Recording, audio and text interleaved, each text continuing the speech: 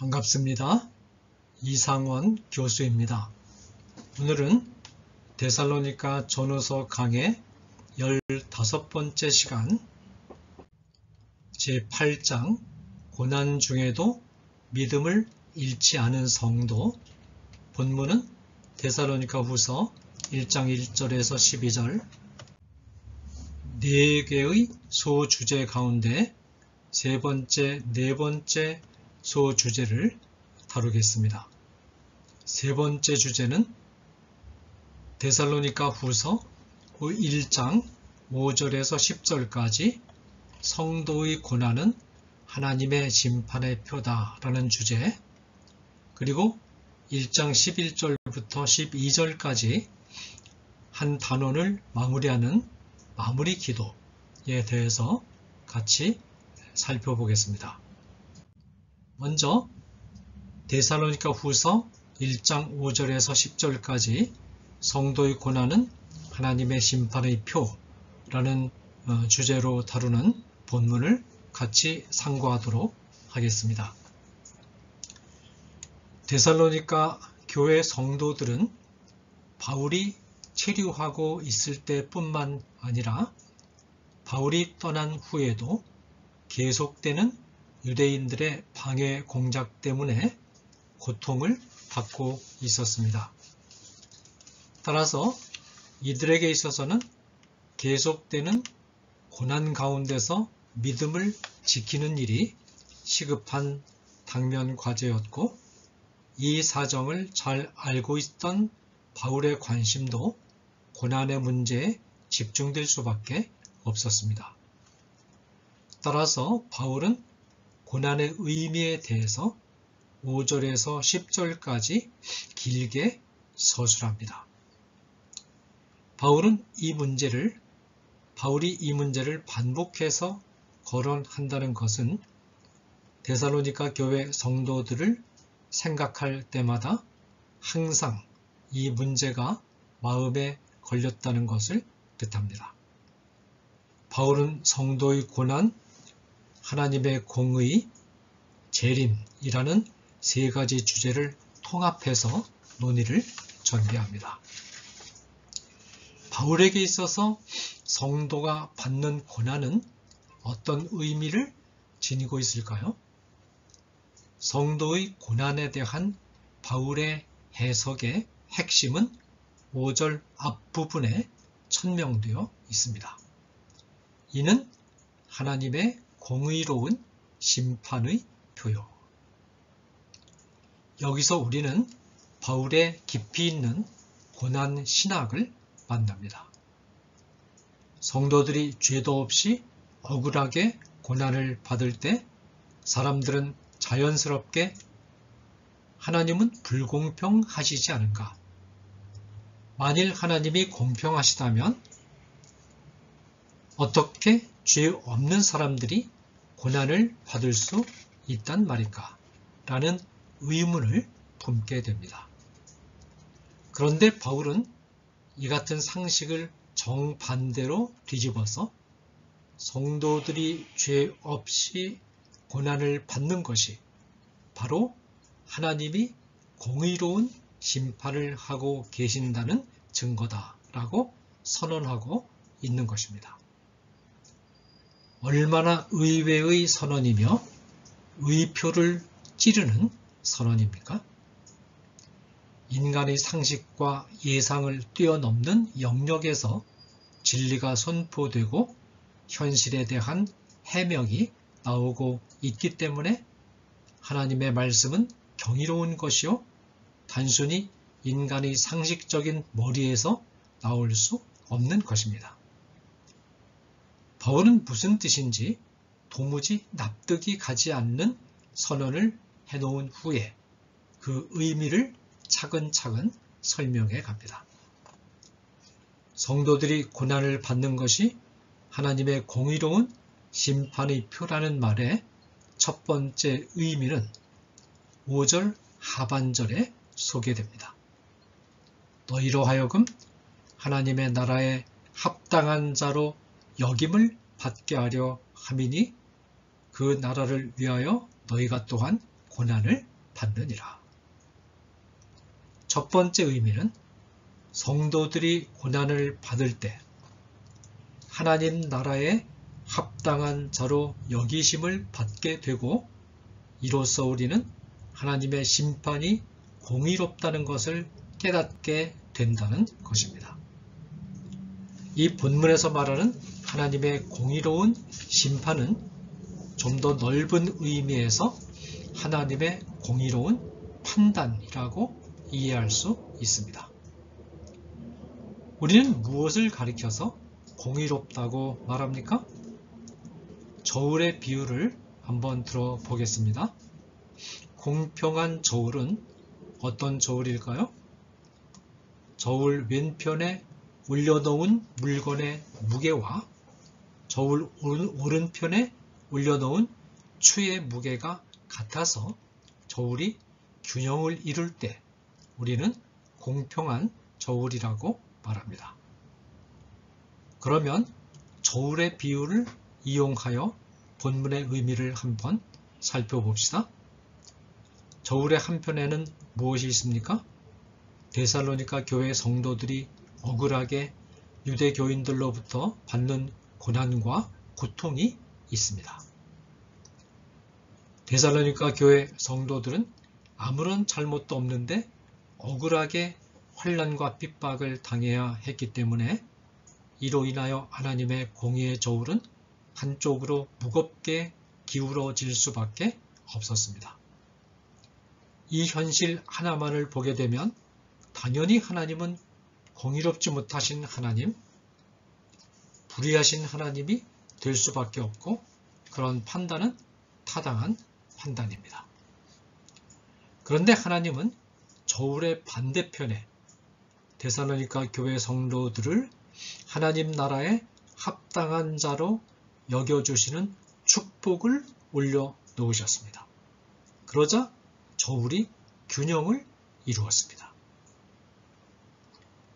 성도들이 고난을 받는 것은 힘들고 고통스러운 일이지만, 고난을 받을 때 하나님이 고난받는 성도들의 모습을 보시고 너희들은 참으로 하나님 나라의 백성으로서 합당한 자들이구나 라고 여겨주시는 보상이 뒤따릅니다.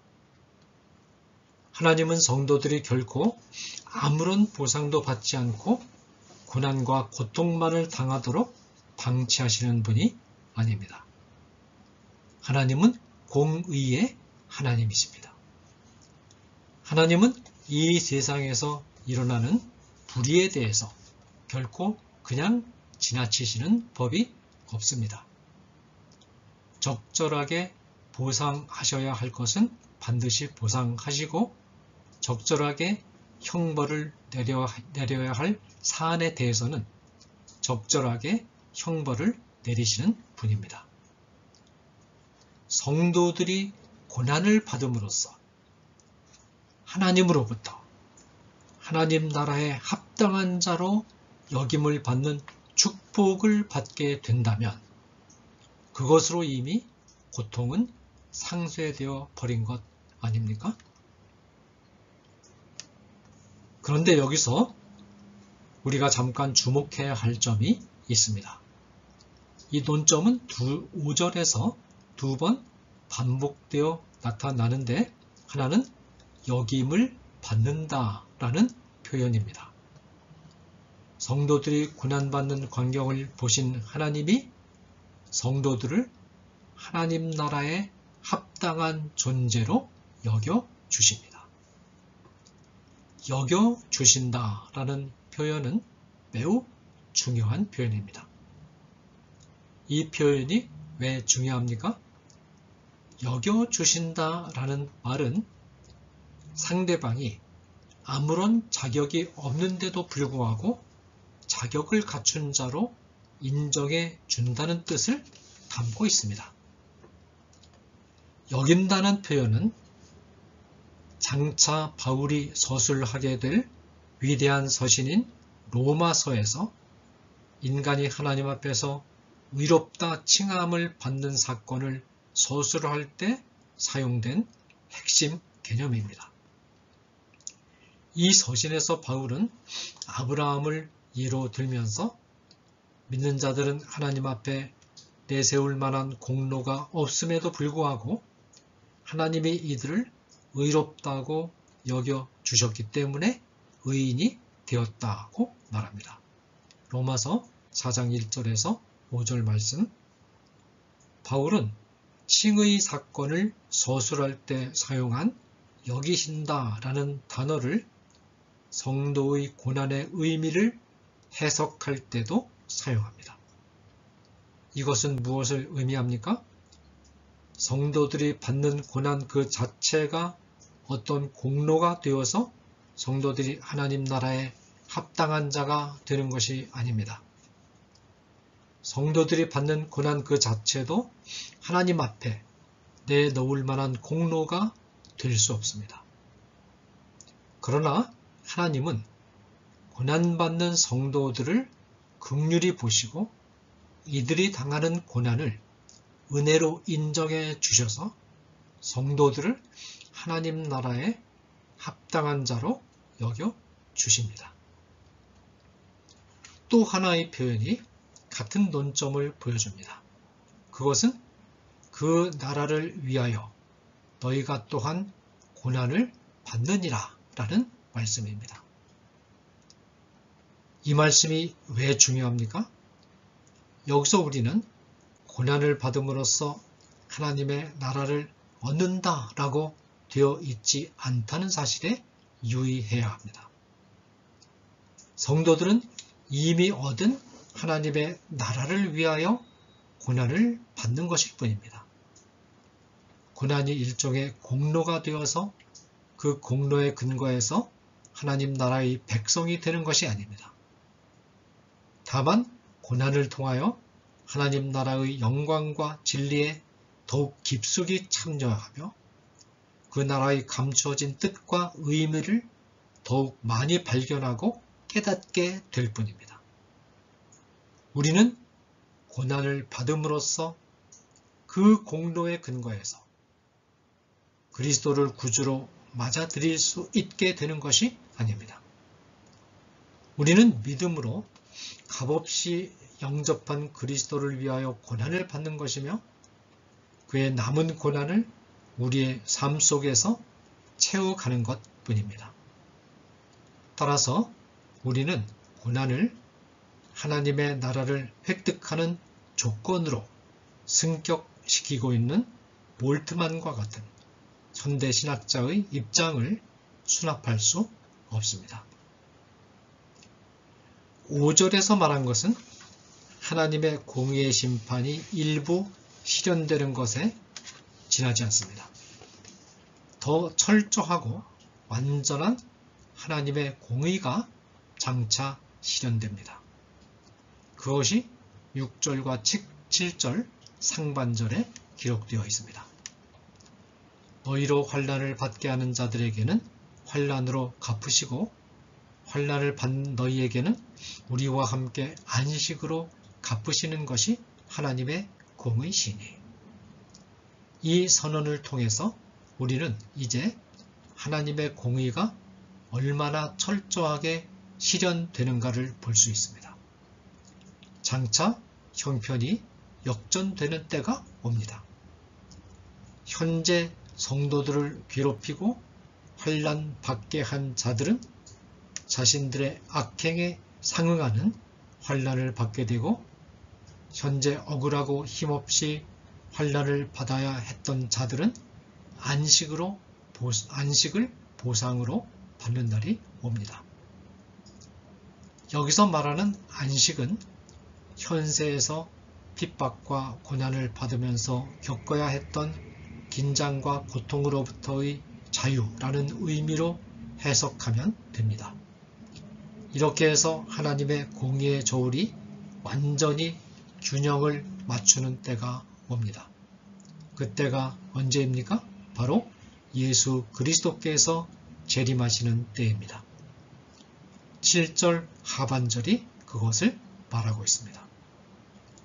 주 예수께서 자기의 능력의 천사들과 함께 하늘로부터 불꽃 가운데 나타나실 때, 주 예수께서 재림하시는 날은 역사 안에서 유보되었던 하나님의 공의가 완전히 이루어지는 날이요, 역사 안에서 제기된 모든 유형의 하나님의 공의의 문제가 완전히 해답을 얻는 날이기도 합니다.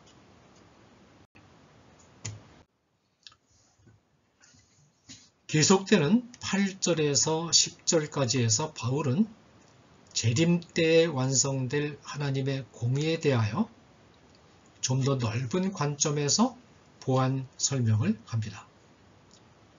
하나님을 모르는 자들과 우리 주 예수의 복음에 복종하지 않은 자들에게 형벌을 내리시리니 이런 자들은 주의 얼굴과 그의 힘의 영광을 떠나 영원한 멸망의 형벌을 받으리로다.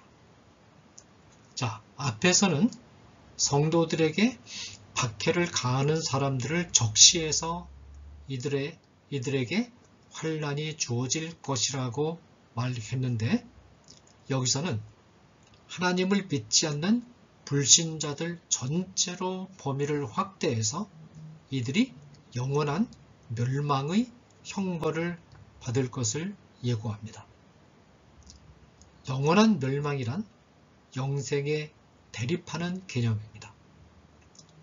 요한복음 17장 3절이 말하고 있는 것처럼 유일하신 참 하나님과 그의 보내신 자 예수 그리스도를 아는 것이 영생이라면, 본문에 있는 것처럼 주의 얼굴과 그의 힘의 영광을 떠나는 것은 영벌일 수밖에 없습니다.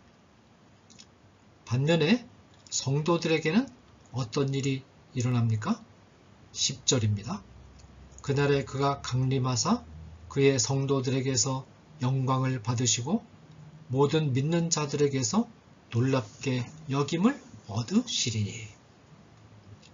이처럼 주님이 재림하시는 날에 현세 안에서 성도들에게 박해를 가하던 자들, 나아가서는 하나님을 믿지 않고 하나님을 모독한 자들은 준엄한 형벌을 받습니다. 그러나 성도들은 안식을 얻음으로써 하나님의 공의가 완전히 이루어지는 광경을 보면서 하나님께 영광을 돌릴 뿐만 아니라 또한 경이로움을 느끼게 됩니다.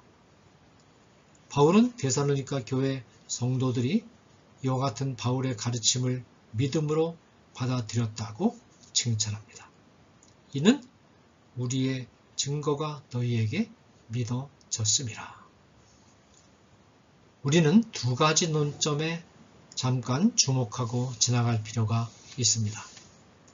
첫째로 7절에서 10절까지를 보면 재림의 때에 공의의 심판을 내리는 주체가 주 예수 그리스도로 되어 있는데, 이처럼 바울이 구약 성경에서는 오직 성부 하나님께만 돌려졌던 심판의 기능을 아무런 거리낌 없이 예수 그리스도에게 돌리고 있다는 사실은 예수 그리스도가 곧 하나님이시라는 확신이 바울을 비롯한 초대교회 성도들에게 있었음을 뜻합니다.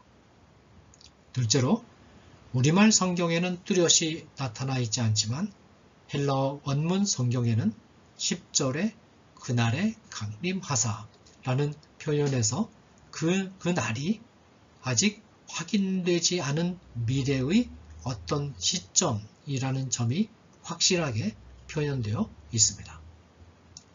영어로 말하면 whenever에 해당하는 표현입니다. 이 사실은 무엇을 시사해 줄까요? 재림의 때가 오는 것은 확실한데 언제인지 정확하게 그 때를 알 수 없다는 생각이 바울의 마음속에 자리 잡고 있음을 암시해 주는 것입니다. 이것은 바울이 종말의 때에 관한 예수님의 가르침의 전통을 충실하게 이어받고 있음을 보여주는 대목입니다.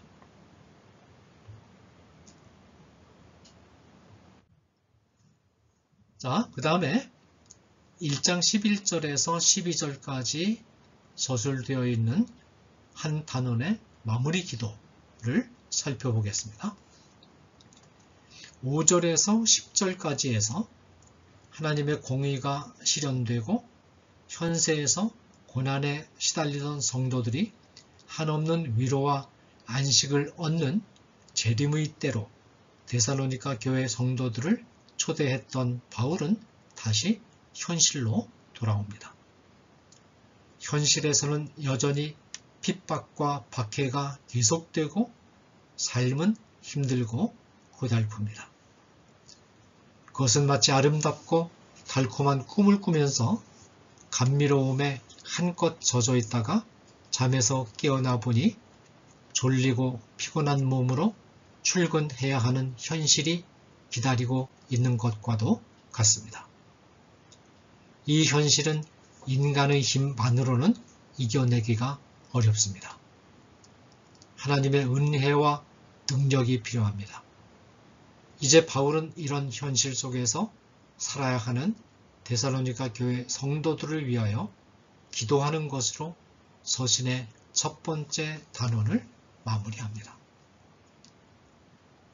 바울은 재림 때 성도들에게 찾아올 영광과 위로라는 감미로운 맛에 취한 나머지 현실의 모든 일을 소홀히 하거나 접어버리지 않습니다.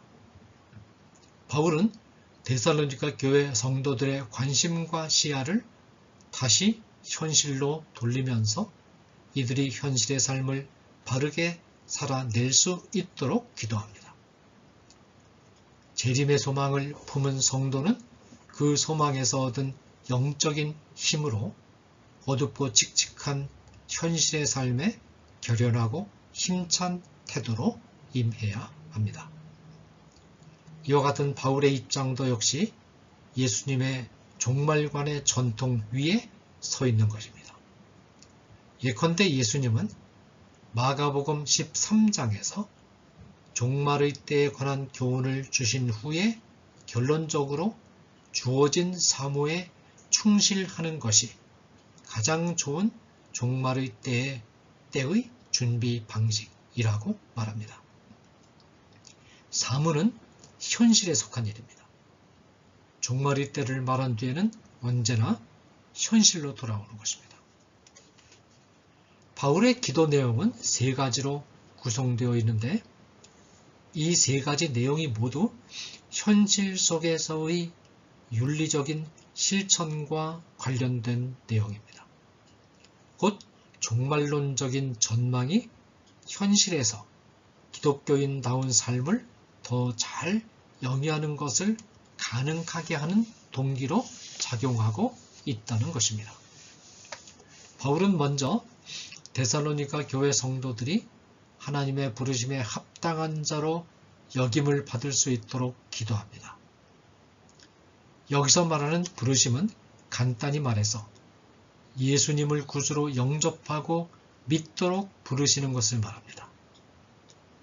하나님은 우리를 부르셔서 예수 그리스도를 구주로 영접하게 하셨고 의롭다고 여겨 주셨으며 하나님의 양자가 되게 하셨습니다. 그러면 부르심을 받은 자들에게는 어떤 의무가 부과되는가? 부르심에 합당한 삶을 살아야 하는 의무가 부과됩니다.